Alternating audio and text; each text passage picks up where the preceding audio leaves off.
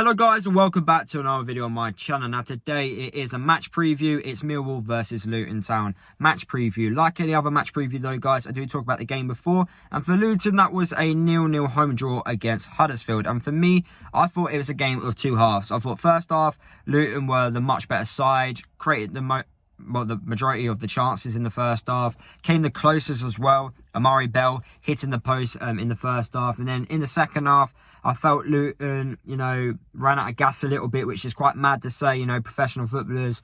But, when you've got games Saturday, Tuesday, it takes its toll on you. And also, since the start of the season, Luton have had so many injury problems. We haven't had a settled side. Our defence has been changing quite frequently.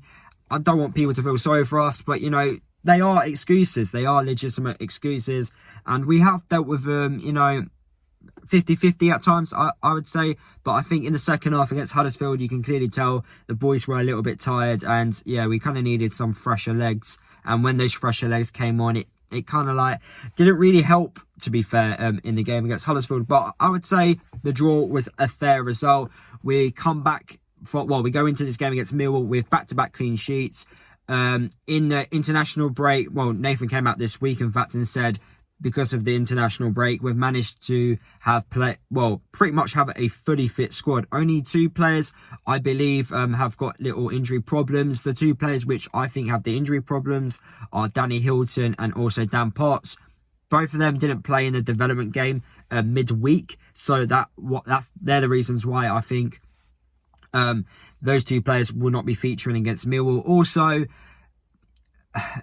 they're just always injured, They're the two players that are commonly injured. And, yeah, it's a shame, really, with Danny Hilton, because he got back. He scored against Bristol City. Dan Potts, I'm a little bit frustrated that we gave him a new deal, but that's just my opinion, because he's always injured all the time. But it is what it is at the end of the day. But, yeah, we're going into this game against Millwall. Pretty much a fully strengthened side, really. We've got pretty much everyone available, really. I'm not too sure how Lockyer is. Nathan obviously now doesn't really tell the press, the fans, who's injured, before the game is due to, tactical reasons. Understandable, but I don't know how fit Lockyer is. He was meant to play for Wales. He got called up, but then he ended up getting recalled back because he picked up an injury. So I don't know how serious that is. Hopefully it isn't serious, because he's been really good at the back with Sonny Bradley and Naismith. And that's one of the main reasons why we've kept back-to-back clean sheets against Coventry and Huddersfield. Now, we're going into this game against Millwall.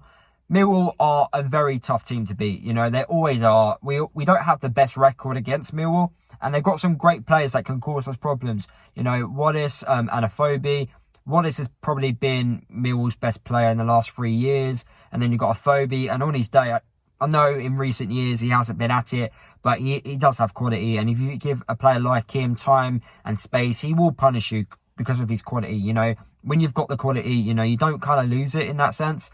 But, yeah, injuries have taken a toll on him, but he's probably wanting to have a much better season this year at Millwall. Now, Gary Rowett's sides, they're normally quite compact, quite tight at the back, hard to beat.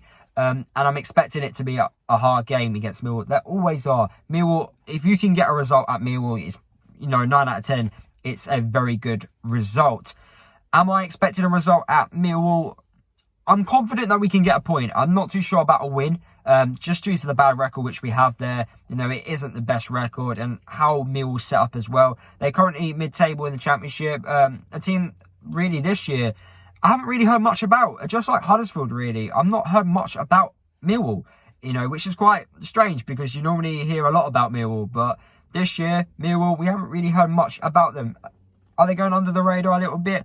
Maybe so. They're definitely going to be a team that are going to be trying to get into those playoff places come the end of the season. Rowett's just missed out a few times, and I'm pretty sure that this year will be the year which they're going to, try even more to get into those playoff places. But like I said, though, it's going to be really difficult. Now, I don't know what side Nathan will pick for this game. He could pick any side, As I mentioned, we've pretty much got the whole team back.